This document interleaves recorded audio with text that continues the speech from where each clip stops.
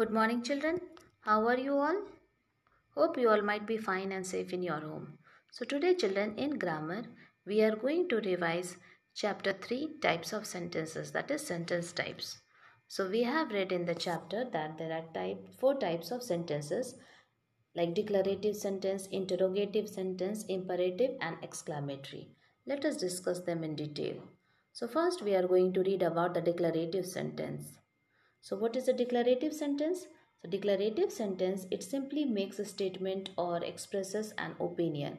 So a sentence that states something is called a declarative sentence. It can also be called a statement.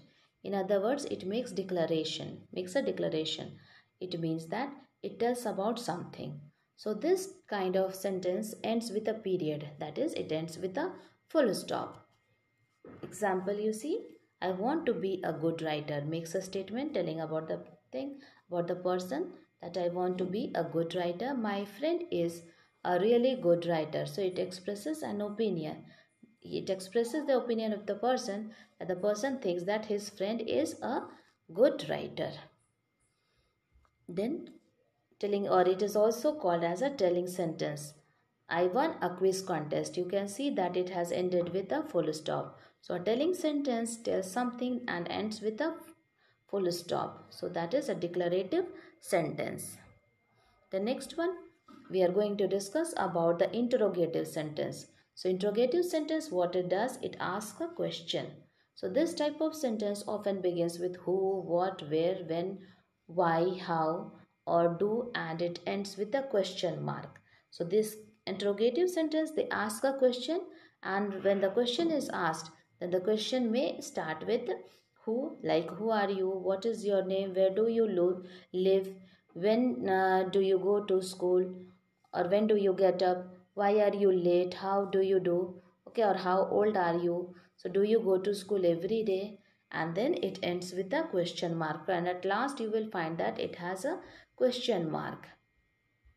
So examples of this sentence, as you can see, when are you going to turn in your writing assignment? When are you going to give your writing assignment? Do you know what the weather will be tomorrow? There you can see that the sentence has started with capital letter and ended with question mark. Now we will discuss, see, asking sentence, why are you running so fast? So you can see that interrogative sentence, it is also called asking sentence because it asks something. So an asking sentence asks a question and ends with a question mark. Now imperative sentence. So imperative sentence, it gives a command or makes a request. So when any command is given, any order is given, and when we make a request, when we request someone to do something, that is also an imperative sentence. So it usually ends with a period. That means it ends with a full stop, but can under certain some circumstances end with an exclamation mark point. That means it can end with an exclamation mark also in some cases, very rare, like please sit down. Here you can see that ended with a full stop. I need you to sit down now.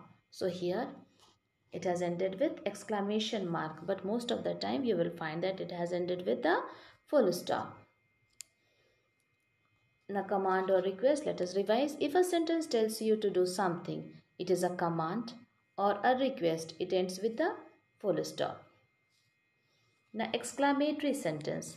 An exclamatory sentence is a sentence that expresses great emotion such as excitement, surprise, happiness and anger, and ends with an exclamation point. So we see that when some emotions are expressed, okay, strong feelings are expressed, and when we are too much excited, surprised, when we are happy, or when we are angry, then we say something, okay, and that expresses strong feelings, and those type of sentences, they end with exclamation mark, like it is too dangerous to climb that mountain, then it expresses the fear of the person. Then I got an A on my book report, so the person is very happy, very excited, so exclamation mark you can see at last. Hooray, we won the match! Exclaiming sentence or exclamatory sentence. An exclaiming sentence shows surprise, excitement, happiness, or sorrow and ends with an exclamation mark. So, see, children, what we have discussed. Declarative sentence, it does something, ends with a full stop. You have to remember these points very nicely. Then interrogative sentence asks a question, ends with a question mark. Exclamatory sentence shows a strong feeling, ends with an exclamation mark. Imperative sentence gives a command or makes a request, ends with a period or an exclamation mark. Now this is what kind it is. Tom played with Jim. So that is declarative sentence. Then are you as thirsty as I am? Ended with a question mark. So you know that it will be an interrogative. Take a seat please. You see that this is an imperative sentence making request. This dish tastes terrible. So expressing a strong feeling, that will be exclamatory sentence. Then we will read about the statement about the assertive sentence and a negative sentence. A statement that says or states something is called a statement. It begins with a capital letter and ends with a full stop. It can be either affirmative or negative. Sentence statements are also called assertive sentence. So the sentences which says or states something, they are called statement. They are also called assertive sentences.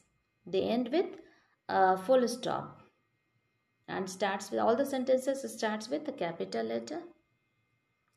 A negative sentence, a statement can be negative. A negative sentence states that something is not true or incorrect. So this negative sentence tells us that something is not true or something is incorrect. So a negative sentence is created by adding the word not. Like David is not a happy person. I will not go to school today. So these sentences are negative sentences because here you see that not is added. Now the positive sentence changed into negative. I will come, I will not come. Here you can see not added, so the sentence has become negative. You will come, you will not come. He will come, he will not come.